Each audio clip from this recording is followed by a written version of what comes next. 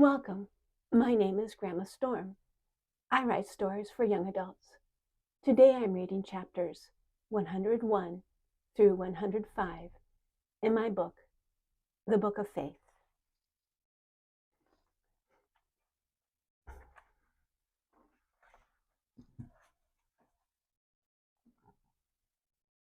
He had a plan. Dismiss the brown leathers, scare away the ladies in waiting, lock the door. Then he would slit her snaky throat. Dr. Lewis sat at his desk and opened a drawer. From the drawer he extracted a silver stiletto and uncoiled a twist of gold cord. If the knife failed, the cord could strangle her. He had to do this. He had to do it today. He tested the cord, wrapping the end several times around the meat of his hands. He imagined the dear queen's scrawny neck and pulled. That would work. He picked up the knife and slid it across a finger, cutting the flesh. He watched as the blood dripped. That was sharp enough. He sheathed the stiletto, coiled the cord, slipped them into his pocket, and sucked on his finger. He sensed the influence he and the dear queen shared, communing with the darkness, was shifting ever more to her. He was worried. Her mood swings were legendary. With one foolish act, she could destroy everything. Was it not right to sacrifice one for the good of all? Was it not prudent to eliminate as many uncertainties as possible? He could do nothing about the darkness, but he could do something about her. He was aware of the little games the darkness was playing. He knew the dear queen had been to the horology lab. He had discovered no evidence of tampering with the regulator. That was all important. He had, however, discovered the charred remains of First Scholar. Permanent damage had been done to him. Things were getting out of hand. Regicide was a noble act with a long history. The dear queen was becoming an unnecessary complication. This whole operation of stopping the end of time must not fail.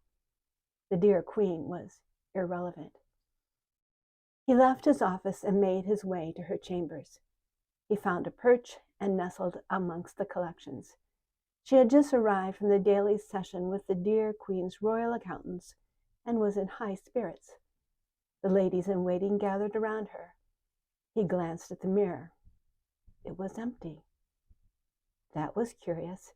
He turned his attention back to the dear queen. She was chattering away about a dented silver platter. That first accountant is such a fool. Can you believe what value he assigned that platter? And silver at that. Real silver. Such an idiot. The ladies in waiting displayed horror on their faces. Some shook their heads in disbelief. 2 or 3 concealed a giggle with a bit of a rag. But I taught him a thing or two. By the time I finished lecturing him on the importance of the maker's mark and the quality of the silver, although I do admit it was only silver plate, but it was a thick plate. Makes me wonder about the villager that brought the gift. I need to trace that. Does he only have silver plate to offer his dear queen? Could he possibly have sterling and be withholding it from me, his loving sovereign, who only wants to redistribute the wealth according to her own wise counsel? An investigation is in order. The dear queen gestured to a brown leather to wheel her to the mirror. The mirror was still vacant. Dr. Luce wondered if the ladies in waiting had made a soon-to-be regrettable mistake and would pay the price of an unmanned mirror. He glanced at them. They seemed relaxed enough. The dear queen saw him out of the corner of her eye. She held up her hand, stopped the chair, twisted her head, and grimaced. Are you spying on me again? You are a sneak, always eavesdropping on my conversations with these, my lovely ladies. With that comment, Considerable twittering ensued. Air kisses were blown to the dear queen.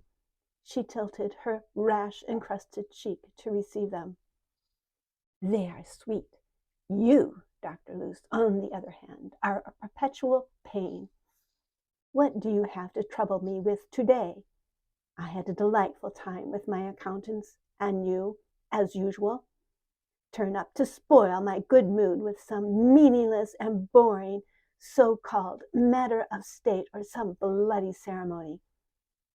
I have never known you to pay any attention to my beautiful collections, of which I am eternally concerned. These, my ladies, she turned bleary eyes to them, are always thinking of me and my interests. The dear queen looked adoringly at the rag-tag assembly of her ladies-in-waiting. She sighed and blew them a kiss. Bring cake, bring tea, the dear queen chirped in an unprecedented hiccup of charity. Brown Leathers disappeared to do her bidding. The trip to the mirror was forgotten. Peals of rapturous delight filled the chamber. Ladies-in-waiting turned to one another, exchanging little hugs. More air kisses were wafted to the dear queen. They did not dare come near her. The dear queen's need for a certain amount of personal space was seared in their gentle minds. The dear queen launched again on the faults and follies of the first accountant. Delicate laughter tickled the ears of the dear queen after each amusing anecdote. This is entertaining, thought Dr. Luce. She decides to have a tea party the day I decide she will die. My decision will not change. The moment will pass. Despite all the buoyant gaiety, he could tell she was tiring. A mood shift was imminent. Brown Leathers returned with a blue frosted cake, platters of teapots, and baskets of teacups. A table was cleared. That took a good part of an hour as ladies moved collections at the direction of the dear queen.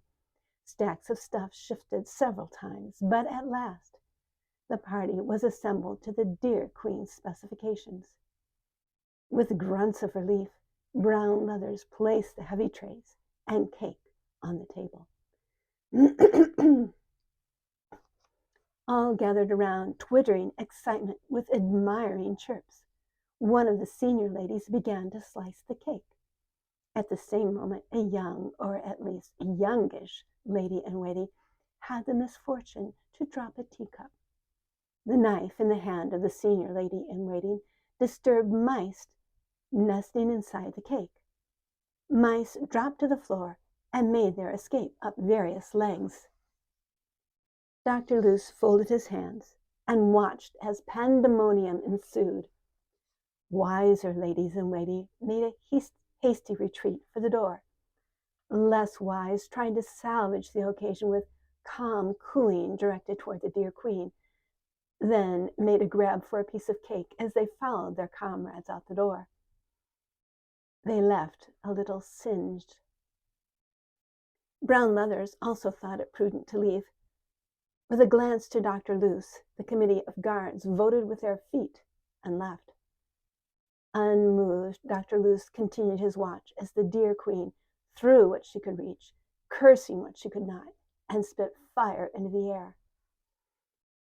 The tantrum passed, but the tea party was ruined. The dear queen slumped in her chair. Her eyes closed. A mouse, perhaps part of the party of the blue frosted cake, or perhaps a newcomer, wandered into the open and ran for a sprinkle of crumbs on the floor. The dear queen's arm flashed out. Bony fingers pinched the creature's tail, lifted it into the air, and dropped the mouse into her mouth. She munched meditatively. Charming, pondered Dr. Luce, and propitious. Without a word from him, all the Brown Leathers and all the ladies-in-waiting had left, just as he desired. Fortuitous, added the doctor as he slipped the knife from his pocket. Dr. Luce, rasped the dear queen, wheel me to my mirror. He slid the knife back into the folds of his robe. This would be her last command. He would wheel her to the mirror. She would be distracted because the mirror was empty. That would give him the second he needed to pull the stiletto and slit her throat. He put his hands to the wheelchair and pushed. I have good news, you despicable Dr. Luce. I have a new mirror. I got rid of that thing with too much makeup. No need to find that cool blonde. I found something better. Or rather, it found me. He pushed her to the mirror. There his eyes beheld a burning image with no depth, no dimension. No introductions were necessary. The embodiment of hate, death, pride, and lies gazed at him. The mirror framed the specter of the prince of the power of the air, the prince of darkness. Dr. Luce bowed his head, bent the knee, and worshipped. 102. Stars and moons softened the black sky over the valley of dry bones. A breath of wind stirred. Bones rattled and clattered, sinking joints and sockets. Flanges sought metacarpals. Wrists bound to bony hands. Skeletal fingers flexed and crawled about, seeking exact ulna, radius, and humerus. Femurs rolled, finding tibia and fibula. Shattered pelvises mended. Spines snaked along, searching for their skulls. Teeth sought jaws, and roots grew in sockets. As bone sought brother bone, the valley crawled with wriggling, half-assembled skeletons. As bones bonded, ligaments and sinews grew from the dust of the earth, stretched and secured bone to socket. Nerves fashioned from the static in the air.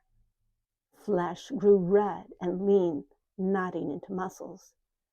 Livers sculpted, kidneys budded, hearts and lungs sprouted and grew within white ribs. Skin stretched, nose, ears, and chins formed features of men.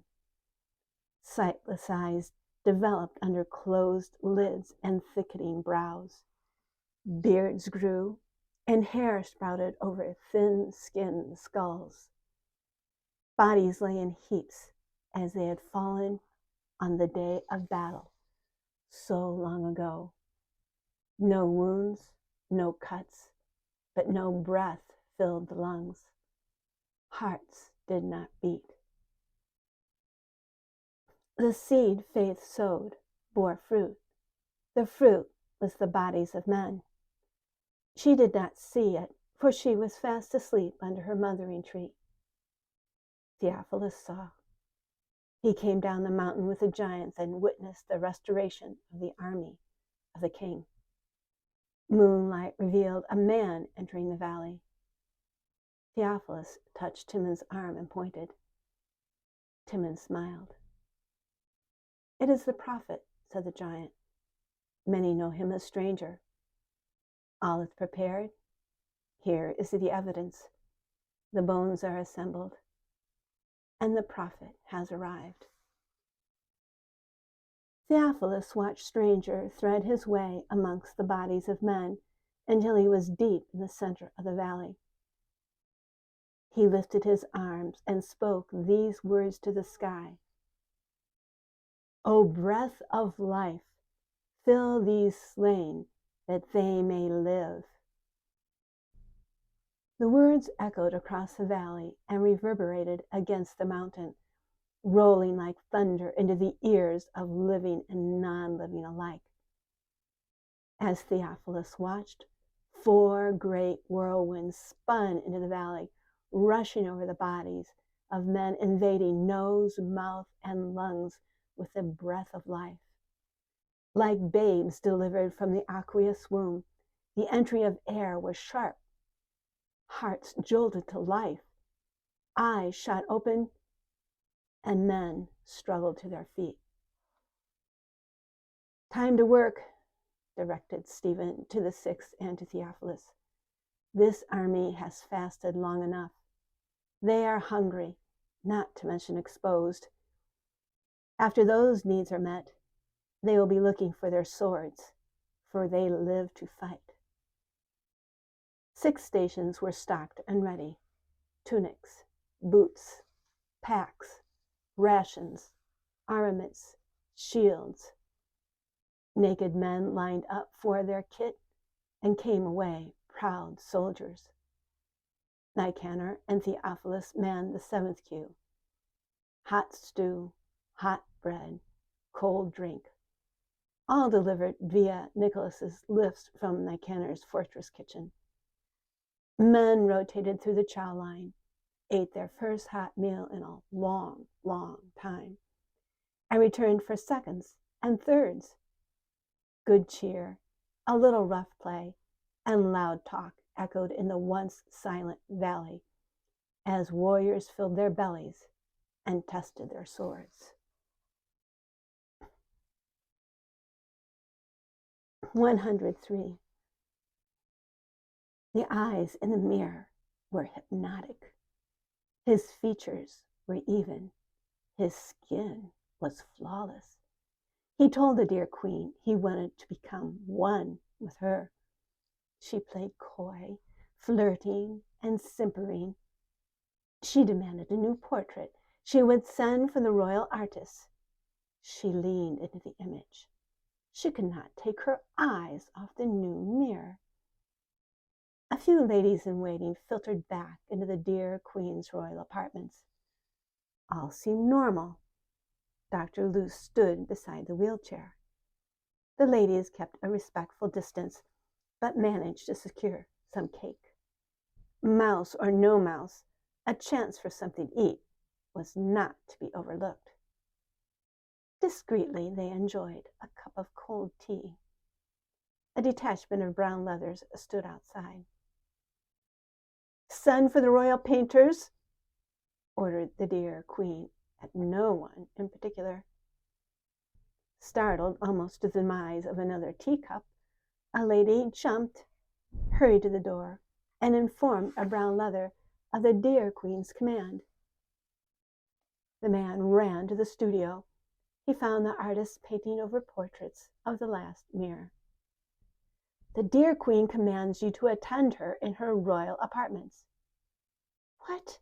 Have the new mirror come to us," replied a tattered man, wiping a brush on an oily rag. "Besides, all our supplies are here," sighed one. "And the lighting is better," said another. "Not to mention safer," silently thought the majority. "I don't know about all that," spat the brown leather with a growl. "I only know I was given an order, and the order is you are to go to her."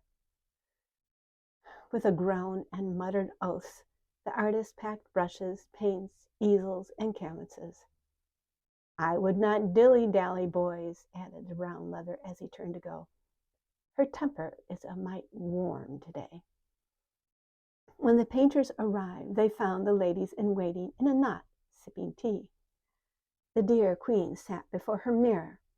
The artists filed in and set up their easels amongst the piles of collections. "Ah, you have arrived," began the dear queen as she turned to them. "I want you to capture all my beauty. I have never been this lovely before. Paint. My people must see me as I truly am." The painters stared. Their eyes shifted from the mirror to the dear queen. They saw no one behind the golden frame. They strained to conjure an image of a fair lady. There was only the dear queen sitting before them in all her scabbed, snaky horror. One thought he saw a shimmer behind the gold frame, but he saw no face to paint. The painter closest to the dear queen felt sick. The painter closest to the door muttered something about needing to run back to the studio for some brown umber. The ladies in waiting put down their teacups, noting a subtle change in the dear Queen's demeanor, and shifted to their preferred defensive locations. Dr. Luce stood to the side. Our brown leather looked to the doctor to see if he had command for the men. Nothing. Expressionless. "Paint!" screamed the dear Queen. "Why are you all looking at me like idiots?" One man dropped his box of oils. Another bumped his easel, bringing it crashing to the floor, along with a tower of trunks. Dr. Luce motioned for the brown leathers to leave. With the door unguarded, the ladies in waiting retreated, one snatching the last slice of cake. The painters remained. Another stack of collected treasures shifted, wobbled, and crashed to the floor. The artist closest to the door risked shifting his eyes to the dear Queen. She had turned to the mirror. He saw all her attention seemed focused on nothing. He gambled with his left foot and moved it in the direction of the open door. With exaggerated stealth, his right foot followed his left until he was outside the apartment and running for the sanctuary of the studio. One by one, the artists followed their compatriot until the royal apartments were empty of all except the dear Queen, Dr. Luce, and the apparition in the mirror. "You are the fulfillment of all my dreams," cooed the dear Queen to the shimmer. "And you mine, for all eternity," purred the Prince of the Power of the Air. The dear Queen leaned into the mirror. Vows were exchanged, an unholy union crafted. Dr. Luce stood as witness. The Prince of the Power of the Air and the dear Queen melded body and spirit.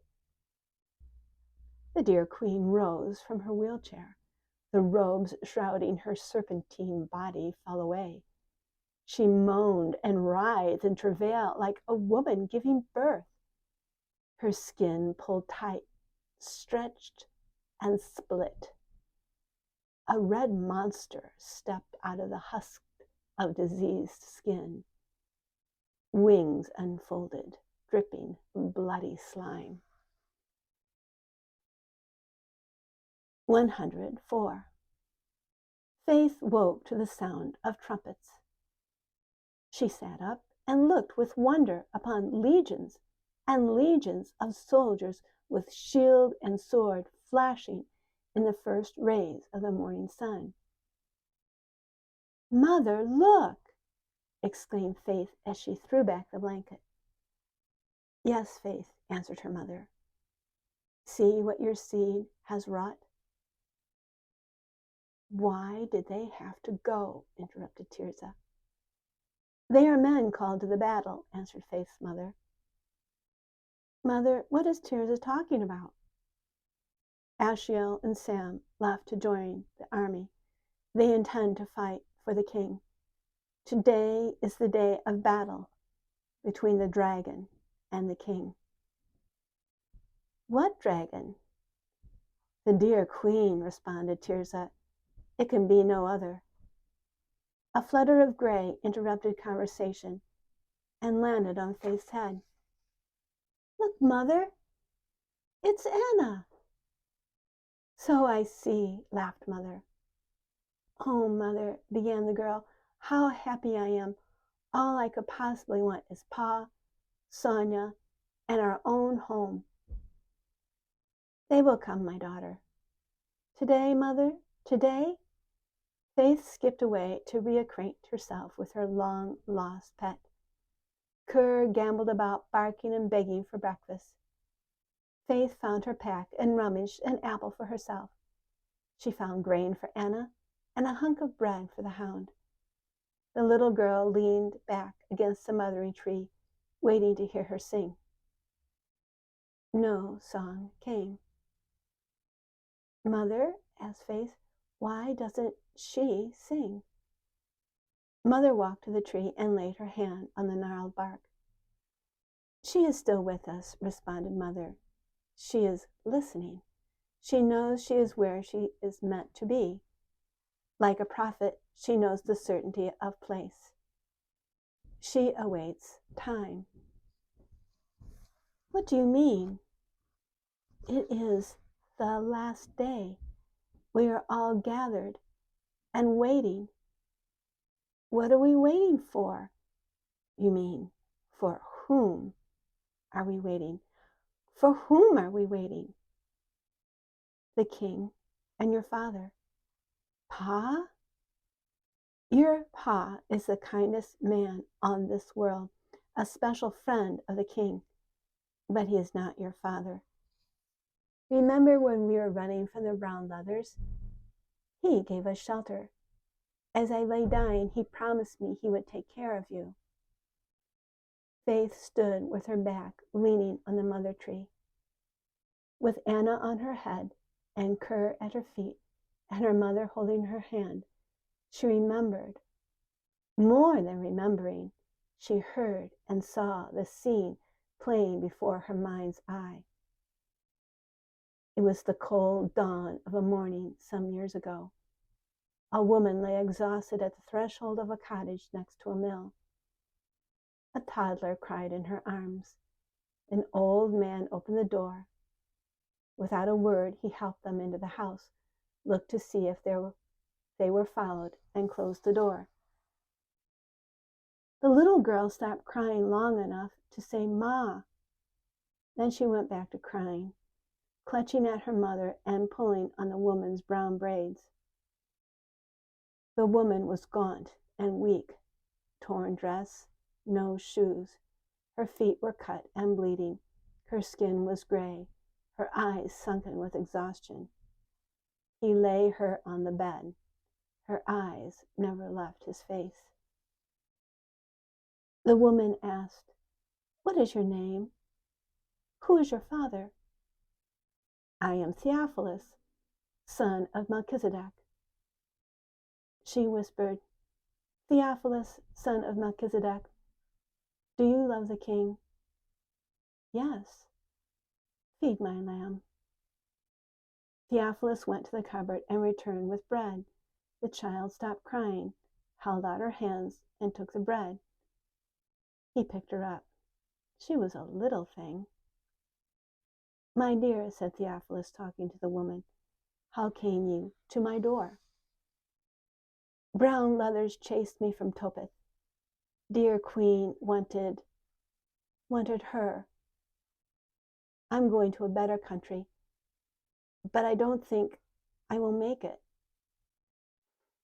She went silent. He took her hand. It was ice cold.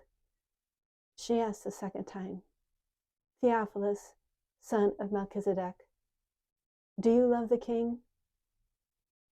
His brow furrowed. He reassured her, "I am a soldier of the king. I wait at this outpost at his command. The king knows all things. He knows that I love him. Feed my lamb."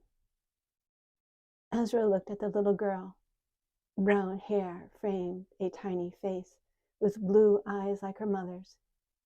In the book it was written, "Let the little children come to me. Do not hinder them, for the kingdom belongs to such as these." "What is faith?" asked the woman. His attention snapped back to her. It was a high-level military exchange. Only the elite used it. "Who are you?" asked the old man. She spoke again, her voice weaker. "What is faith?" "Why are you asking this?" "Elijah told me if ever, answer me." Theophilus stared at her, startled by the mention of Elijah. He responded, "Faith is the substance of things hoped for, the evidence of things not seen." With his answer, her body relaxed. She closed her eyes. Rest, let me get you something to. No need. My spirit is ready to depart. For the final time, do you love the king? By all that is holy, yes, I love the king. I will love your little girl and teach her all his ways. What is her name? Faith. She spoke no more. Her soul slipped away. 105. We are beautiful. We are complete. We will split time. We will suckle on eternity. Rasp a dissonant duet. Lovely, so lovely. How we longed for this, sang the red dragon with a sizzle of its forked tongue. We two are one. We are red and beautiful. Dr. Luce, fetch that mirror, ordered the red dragon. Mirror? He heard himself repeating dumbly. Yes, the mirror that bad baby gave me. That horrid mirror from that horrid child. After dragging Faith to the cages of the arena, he remembered picking his way through the destruction of the dear queen's royal apartments and finding the mirror. He had wrapped it in a rag and put it in the old desk. He thought it might be handy if ever he needed to control the dear queen with the pain of her own image. Now she, or rather they, were asking for it. He found the mirror and laid it before the red dragon. She picked it up and turned the mirror to her face. She gasped, "We are beauty." The red dragon stared at her eyes, black, fathomless.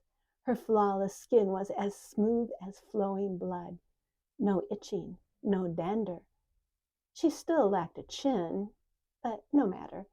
She admired her arms, long, lean, and red. She craned her neck down and stretched out legs. Legs! How wonderful to have legs! She kicked her wheelchair away and stretched her wings. Yes, she had sprouted wings too. We are growing. Yes, my darling. We will fill the universe. The red dragon turned from the mirror to focus black eyes on Dr. Luce. Dr. Luce? Yes, my dear queen. We no longer require your services. Your counsel is no longer needed. You are dismissed. My dear queen, I do not understand. You, screamed the red dragon, are irrelevant. Get out of here. With that, the red dragon lifted Faith's little mirror to gaze at her bloody beauty. Dr. Luce stood with furrowed brow and open mouth. The red dragon flicked her fingers at him like she was brushing away a fly, walked out the door, and wandered away. Somehow he found himself in his office and sat heavily in his chair. He shuffled a few papers. He put the stiletto back in the drawer. He could not remember the last time he visited the temple. It had been the scene of his most important acts. With no better plan in mind, he might as well go there. Little rivulets of fetid water trickled through the streets. The spring thaw oozed from the lower levels of the dear queen's collections. Young rats skittered out of his way. Dr. Luce passed the courtyard of the statue of the dear queen. He watched as villagers approached the statue with gifts. A chicken here, a basket there, a bundle of rags next. Brown leathers pushed the people along. He looked at the statue's head, noting the flash of gold ribbons fluttering in the spring air. He put his hand in his pocket. He had forgotten to put the gold cord away. When he walked through the temple door, he was greeted by a priest. They exchanged customary greetings. Dr. Luce expressed desire to do some reading. The priest escorted him to the main library and left. Dr. Luce shifted stacks, neither knowing what he was looking for nor why he was looking at all. A small book slipped off the edge and fell to the floor. He bent to retrieve it. Curious binding, obviously an old book. He had not seen the like before. Opening it, he read. Then another sign appeared in heaven, and behold, a great red dragon. His heart froze. The pages fluttered. New words caught his eye. When Ahithophel saw that his counsel was not followed, he got him home to his house, to his city, and put his house in order, and hanged himself and died. It was his name, as it was his father's before him. Ahithophel loose. I am Ahithophel, the doctor mumbled aloud. I am irrelevant. He read a while longer. Red dragon, dragon with crowns, dragon with many heads. He shrugged his shoulders. He threw the gold cord over a crossbeam, tied a noose, looped it around his neck, and kicked the chair away.